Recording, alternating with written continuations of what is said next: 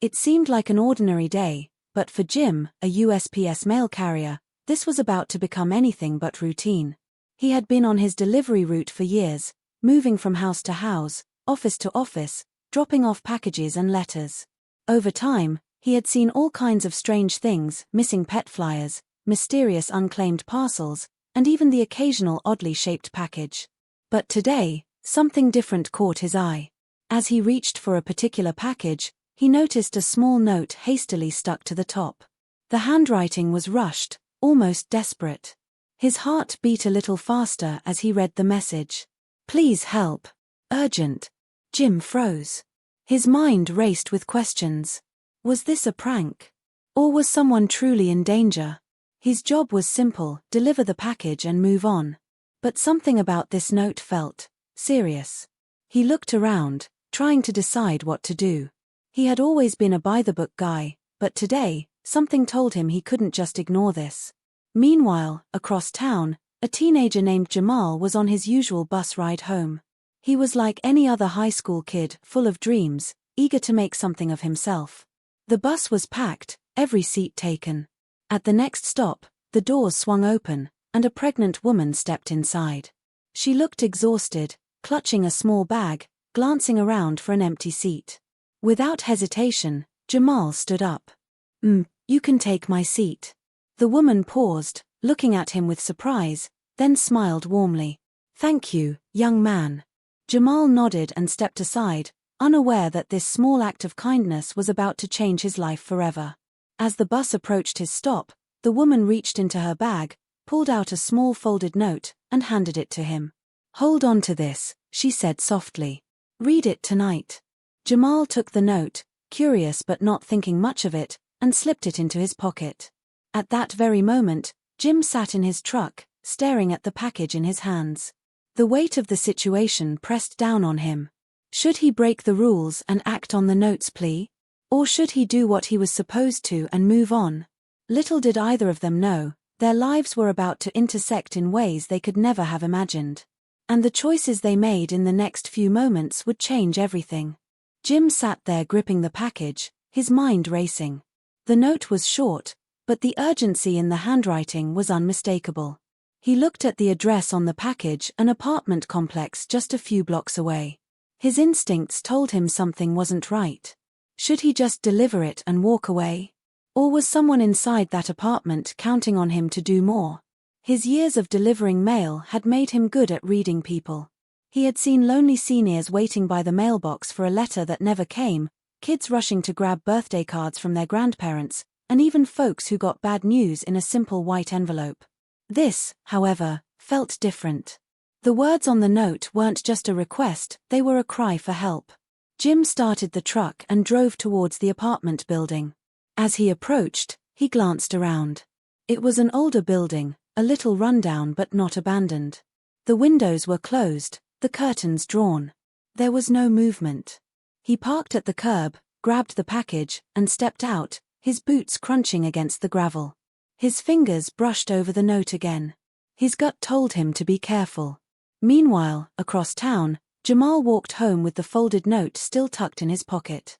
His day had been normal up until that moment on the bus.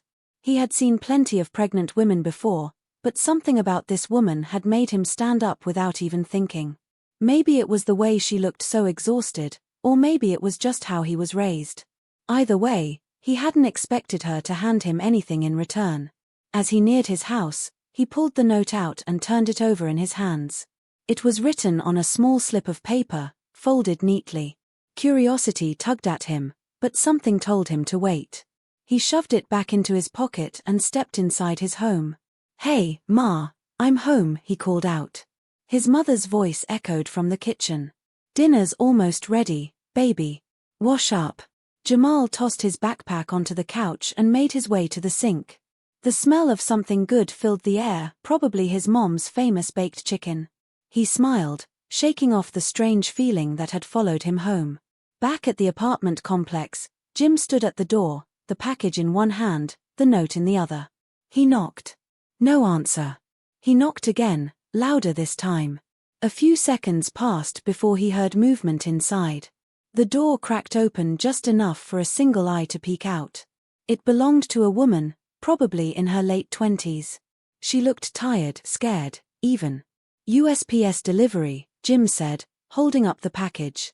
The woman hesitated, then quickly opened the door enough to grab it. Her hands shook slightly as she took the box. "Everything okay, Jim asked before he could stop himself. The woman's eyes flickered with something, relief, maybe, fear. She glanced at the hallway behind her, then back at Jim. "Thank you," she whispered before shutting the door. Jim stood there for a moment, staring at the closed door. The exchange had been strange. Most people just signed for their packages and moved on. But this woman, she had looked like she had been waiting for this package like her life depended on it. He turned and walked back to his truck, but the uneasy feeling in his gut didn't go away. Something was definitely off. That night, Jamal sat on his bed, the note still folded in his hand. He had finished dinner, done his homework, and now he was staring at the little piece of paper as if it held some kind of secret. Finally, he took a deep breath and unfolded it. Inside were just a few words, written in neat, careful handwriting. "You changed my life today. I want to change yours too. Meet me tomorrow at 4 p.m. at the coffee shop on 8th Street. Jamal blinked. What? He read it again, just to make sure he wasn't imagining things. Who was this woman? And why did she want to meet him? His first thought was that it might be some kind of scam. Maybe she was going to try to sell him something or ask for money. But something about the way she had looked at him earlier, grateful, almost emotional, made him doubt that. He lay back on his bed, staring at the ceiling, the note resting on his chest. Should he go? Should he ignore it? He had no idea. Over at his house, Jim couldn't shake the feeling that he had just delivered something more than just an ordinary package. He kept replaying the look on that woman's face, the way her hands had trembled, the way she had glanced nervously behind her. He had seen people afraid before. That woman had been afraid. He sat in his truck for a long time, staring at the building in his rearview mirror. Finally, he made up his mind. Tomorrow, he was coming back. And he was going to find out what was really going on. The next morning, Jim couldn't shake the feeling that something was wrong. He had been delivering packages for years, but nothing had ever felt quite like this. That note on the package, the fear in the woman's eyes, it all stuck with him. Maybe he was overthinking, but his gut told him he wasn't. As he sipped his morning coffee, he pulled out his delivery log and checked the address again. Apartment 3B. He wasn't scheduled to have another delivery there today, but that didn't mean he couldn't swing by. If something was really wrong, maybe he could help. Across town, Jamal had the same uneasy feeling. He sat in class, barely paying attention, his fingers brushing against the folded note in his pocket. The words kept replaying in his head. "You changed my life today. I want to change yours too." Who was this woman? And what did she mean? He had planned to just go home after school like always, but now he wasn't so sure. Should he meet her? Or was this some weird trick? After school, he found himself walking toward 8th Street without even deciding to. The coffee shop was a small, quiet place, the kind of spot where people met for job interviews or first dates.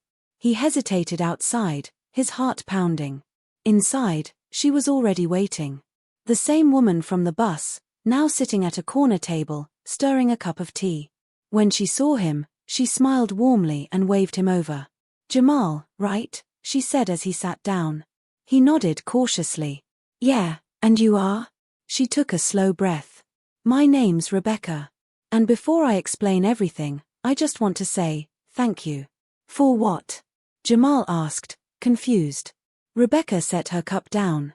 "You have no idea what that small act of kindness meant to me yesterday. When you stood up and gave me your seat, it wasn't just about the seat. It reminded me that there are still good people in the world."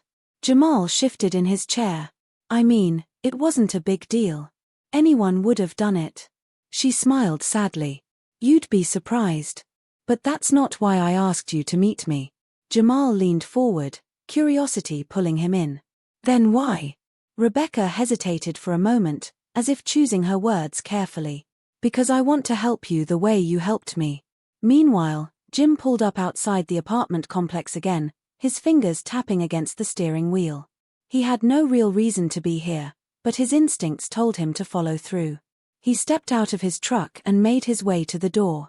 This time, he didn't knock right away. Instead, he listened. The building was quiet, almost too quiet. Then, faintly, he heard something.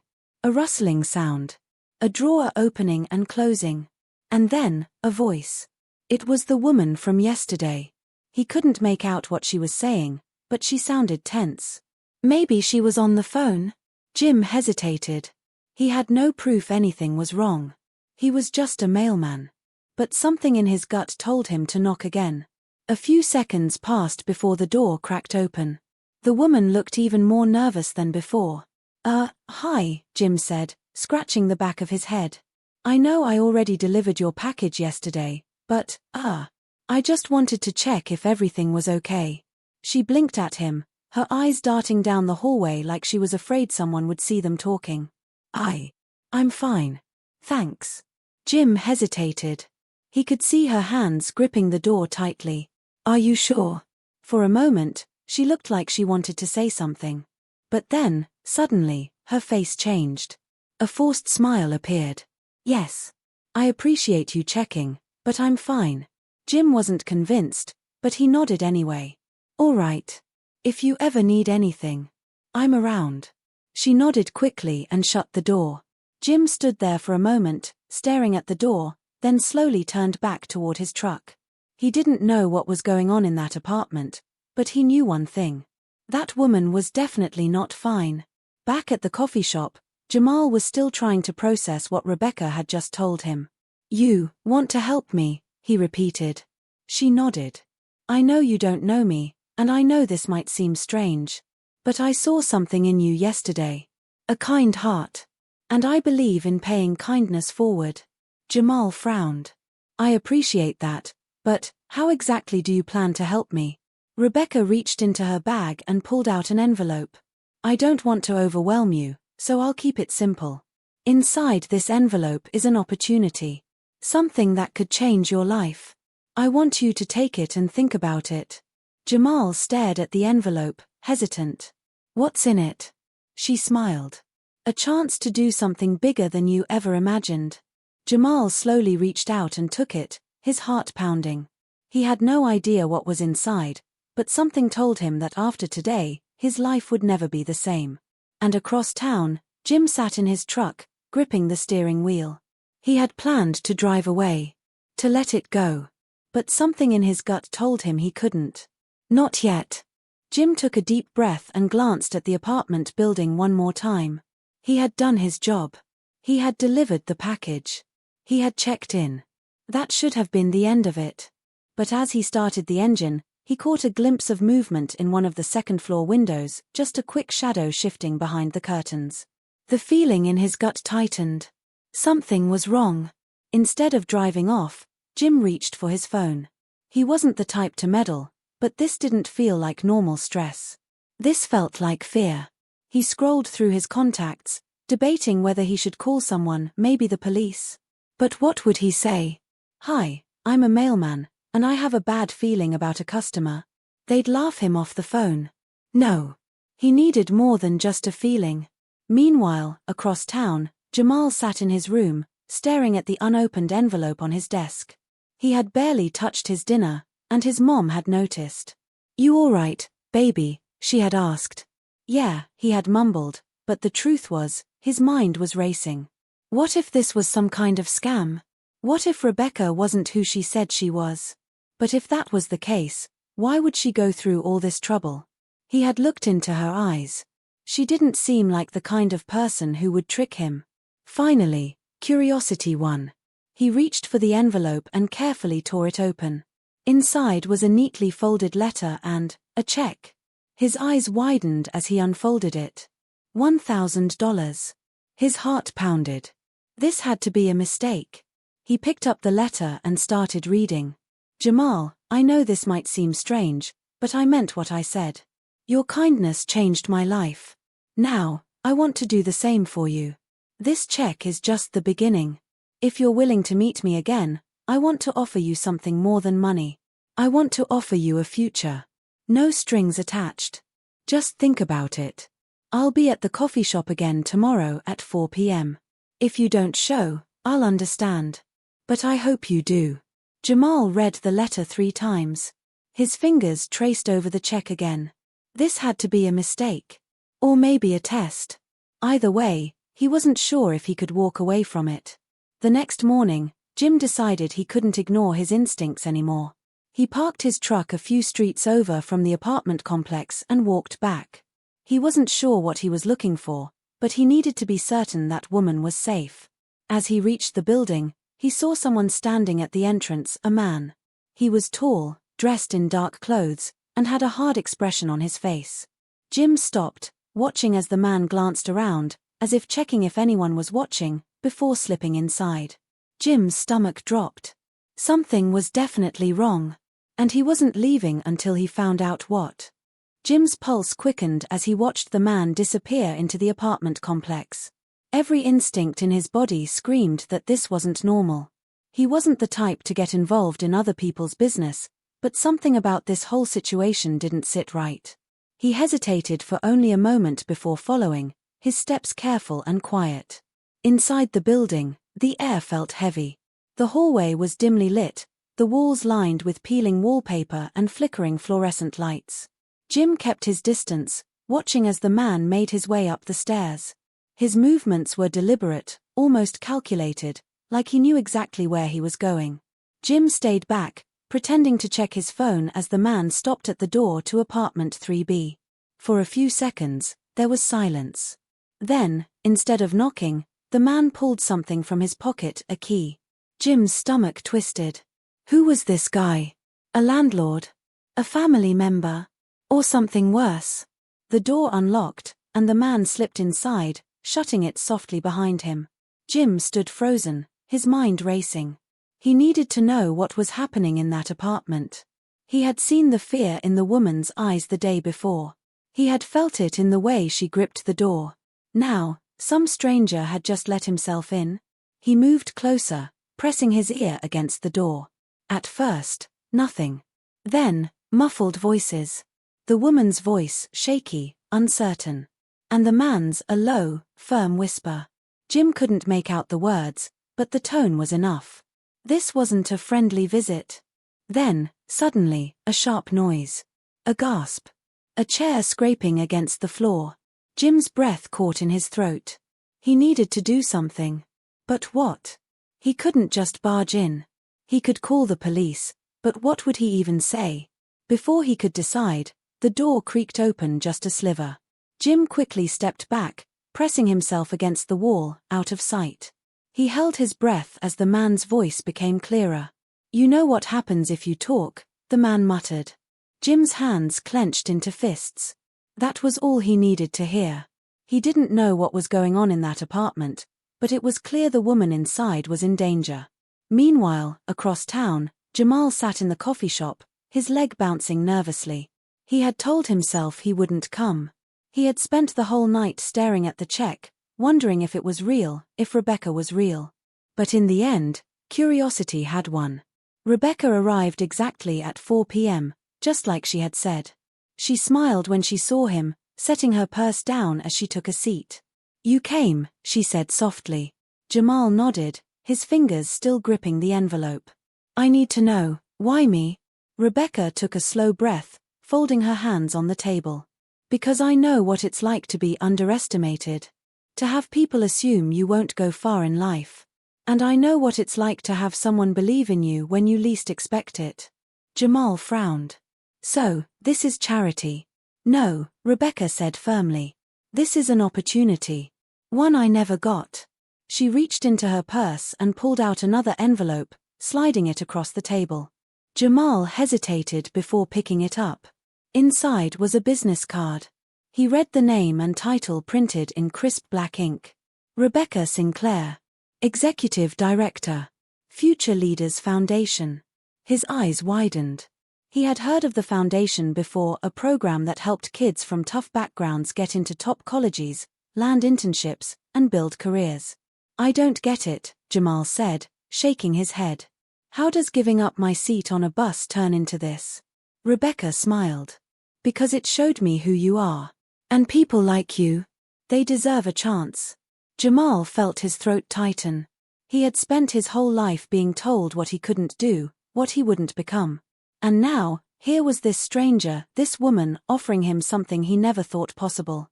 But why? Before he could ask, Rebecca's phone buzzed. She glanced at the screen, and for the first time since he had met her, her face paled. Jamal sat up straighter. What's wrong? Rebecca swallowed, slipping the phone into her purse. I need to go, she said quickly. Jamal frowned. Wait. But she was already standing. Take the card. Think about it. But I have to go. And just like that, she was gone, leaving Jamal sitting there, the envelope still in his hands. Something wasn't right. And he had a feeling this was just the beginning. Back at the apartment complex, Jim made a decision. He wasn't going to wait. He pulled out his phone and quickly dialed 911, his voice low as he spoke. There's a woman in apartment 3B who might be in danger, he whispered. I don't know what's going on, but a man just let himself in with a key, and I think is threatening her. The dispatcher asked for details, but Jim barely heard her. His heart pounded as he glanced at the door. And then, he heard it. A soft, choked-out sob. That was it. He wasn't waiting any longer. Jim raised his fist and pounded on the door. Hey, everything okay in there? Silence. Then, footsteps. Slow, deliberate. The door creaked open again, just an inch, and the man's face appeared. Cold eyes. A sharp jaw. And a smile that didn't reach his eyes. Can I help you? The man asked, his voice dangerously smooth. Jim forced a friendly smile, even as every instinct told him to run. Sorry to bother you. Just checking if the lady inside is all right. The man's eyes flickered with something, annoyance. Amusement. She's fine, he said, his tone flat. Now, if you don't mind. Jim hesitated. He couldn't see the woman.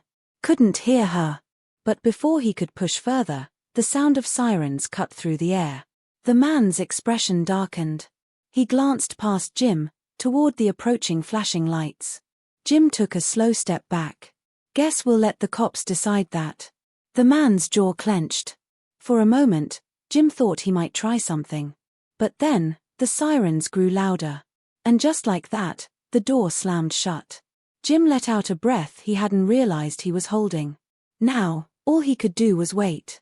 The sirens grew louder as red and blue lights flashed against the apartment building's worn-out brick walls. Jim stepped back, his heart pounding as he watched two police officers rush toward the entrance. He wanted to say something, to warn them about the man inside, but before he could, the door to apartment 3B swung open. The man stepped out first, his face unreadable. He didn't run. He didn't fight. He simply stood there, hands in his pockets, as if this were just another ordinary evening. The woman followed behind him, her face pale, eyes darting between the officers and Jim. Everything all right, one of the officers asked, his hand resting near his holster. The woman hesitated. For a second, Jim thought she might deny it, say everything was fine, that it had been a misunderstanding. But then, her lips parted. No, she said, her voice barely above a whisper. It's not. The man's jaw tightened. Come on, Emily, he said, forcing a smile. No need for this. One of the officers stepped between them. Sir, we're gonna need you to step aside. Emily swallowed hard, then slowly lifted her sleeve. A fresh bruise bloomed across her wrist. He won't leave me alone. He has a key. He comes whenever he wants. Jim's hands clenched into fists. He had suspected something was wrong, but hearing it out loud made his blood boil. The officer nodded grimly. Sir, turn around and put your hands behind your back. For a moment, it seemed like the man was going to argue. His hands twitched at his sides, his eyes flashing with something dark. But then, with a deep breath, he forced a smirk and turned around. This is ridiculous, he muttered. She's overreacting. The cuffs clicked into place, and Jim finally exhaled.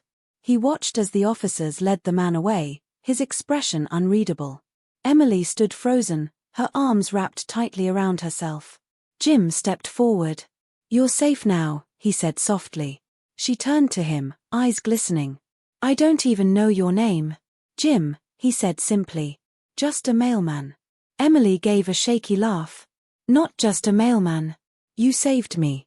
Jim shrugged, suddenly feeling self-conscious. Just doing what anyone would have done. But deep down, he knew the truth. Not everyone would have done what he did. And if he hadn't listened to his gut, who knew what would have happened? Across town, Jamal sat in his bedroom, staring at the business card Rebecca had given him. His mind was spinning. He had looked up the foundation, read every article he could find, and yet he still couldn't shake the feeling that something wasn't adding up. Why him? Why now? Just as he was about to put the card away, his phone buzzed. A text. "Meet me at the coffee shop. Now. It's important." It was Rebecca. Jamal grabbed his jacket and hurried out the door, his heart pounding. When he arrived, she was already there, sitting in the same corner as before. But something was different this time. She looked anxious. "Rebecca, what's going on?" he asked as he slid into the seat. She took a deep breath. "There's something I didn't tell you." Jamal's stomach tightened. "Okay." Rebecca leaned forward. "That man on the bus yesterday, the one who wouldn't give me a seat, he wasn't just some random guy. He was following me." Jamal blinked. "Following you? Why?" She hesitated. "Because of my husband." Jamal's pulse quickened. "Your husband?" Rebecca nodded. "He's not a good man, Jamal. I left him months ago, but he doesn't like losing. He's been sending people to scare me, to make me come back. And yesterday, I think he was testing me, seeing if I was alone. But when you gave me your seat, you changed the way the whole thing played out. You made me look protected." Jamal sat back, his mind racing. "So, you're saying I stopped something bad from happening?" Rebecca nodded. "You did more than you know. And that's why I wanted to help you." Jamal ran a hand over his face. He had thought this was about a scholarship, about an opportunity. But now, he realized it was so much bigger than that. "Is he still looking for you?" he asked. Rebecca swallowed. "Probably. But I'm not scared anymore." Jamal exhaled. "Well, if you ever need someone to give up their seat again, you know where to find me." Rebecca smiled, a real, genuine smile this time. "I'll remember that." Jamal glanced down at the business card one last time before slipping it into his pocket. Maybe this wasn't just about him. Maybe this was about something bigger. And maybe, just maybe, he was ready for it. Back at the apartment complex, Jim watched as the police car pulled away. The weight in his chest lifted, but only slightly. He had done his part, but he knew the real fight wasn't over for Emily.